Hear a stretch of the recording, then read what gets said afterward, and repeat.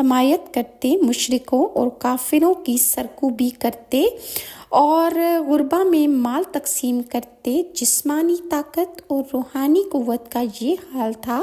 کہ لوہے کے بھاری بھاری مضبوط زنجیریں عورتوں کی چوڑیوں کی طرح ان کے ہاتھ سے